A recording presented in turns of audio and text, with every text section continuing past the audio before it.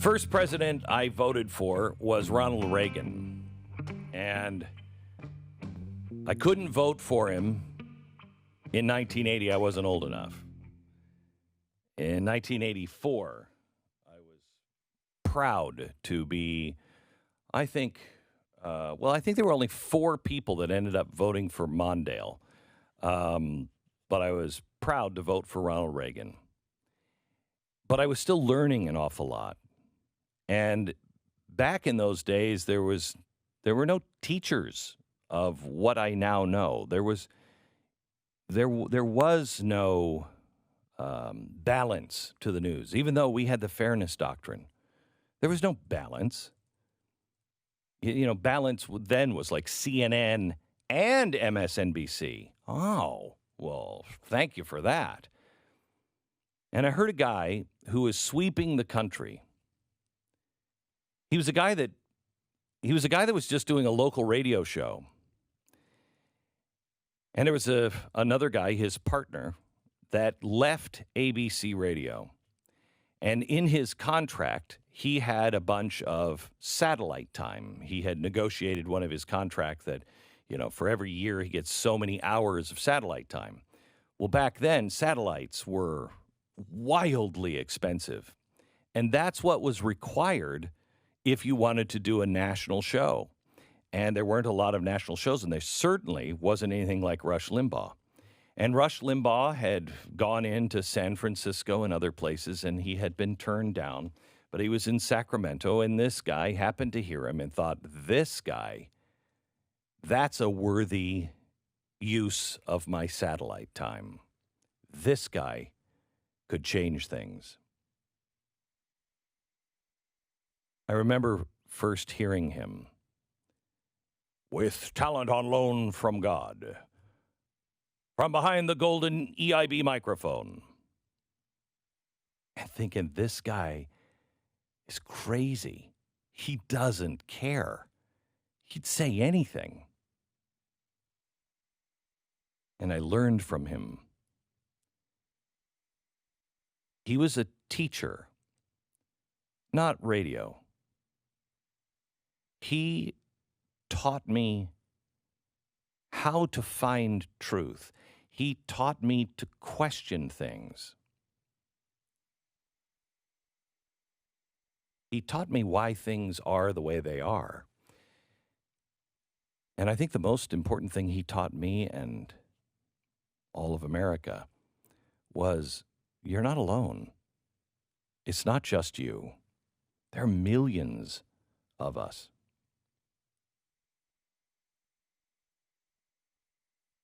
The message I want to send to Rush today is,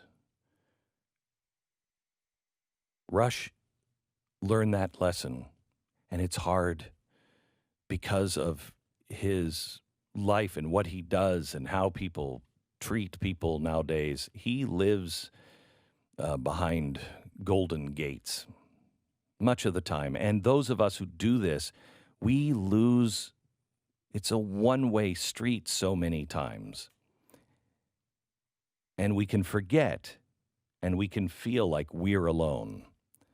Rush, there are millions of us who are praying for you today. I remember doing a show and having to go to ABC Radio back in the early 90s. And I was just starting to think about doing a talk radio show, and we had to fill in for a national show. I don't remember which one. And Premier Radio Networks is who syndicates Rush and now syndicates me. They said, we have a studio open in New York. And we went into the studio, and there it was, the golden microphone and the giant oil painting of Rush behind me. And they said, yeah, just do it from here. Rush hadn't been in it for probably a year, but it was awesome just to be in that room and a little humbling to be behind the microphone.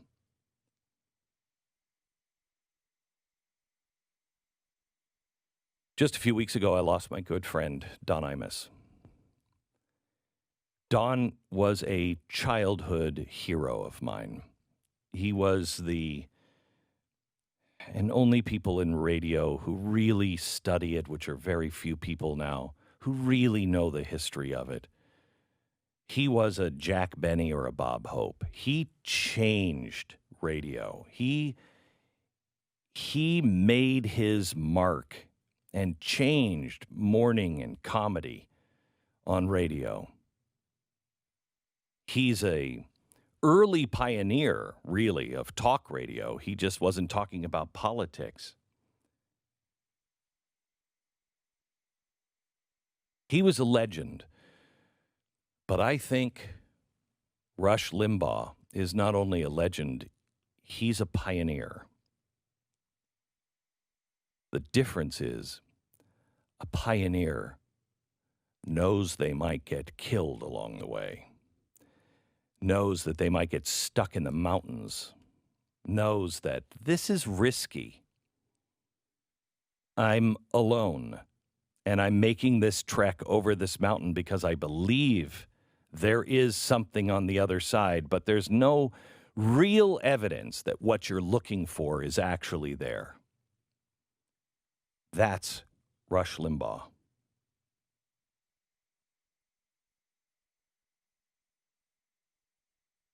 I was having dinner last night, and somebody at the table, we were talking about Rush, and somebody at the table said, well, God forbid if the worst happens. Who will replace him? And I will tell you this, I thought of that, but in a different way when I heard this news, because what I thought was, this changes radio. There is so much pressure on these radio stations to stop doing talk radio. And one of the reasons why they continue to do it is not because of Mark Levin or Glenn Beck or Sean Hannity. It's simply because Rush Limbaugh is on that station. Without him, I don't know what happens to the rest of us on talk radio. And I sat there quietly at the table as people were banding around names, and I finally said, guys, there is no replacement for Rush Limbaugh. There is no replacement. And I don't mean this to be humble, or I mean this because it's true. And maybe you can only understand this when you get to be my age, but I remember being at the kiddies table. Then I remember being the newly married couple. And there were several couples ahead of us. There were the grandparents and the parents and the aunts and uncles. And as I get older, I realize there are more people down towards the kiddie table and fewer towards the exit, if you will. And you find yourself sitting there as the patriarch of the family at some point, and you're like, wait, how did this happen? When did this happen? And when I heard the news, I went through in my head the people that are still around, the legends, the icons, the people who taught me, the people I watched, the people I admired, the people that made this industry. And Rush is the king of them all.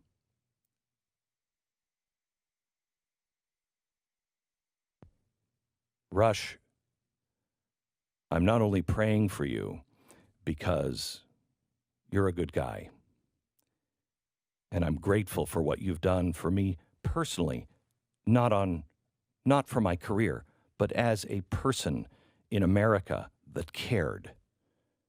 Thank you for being with us.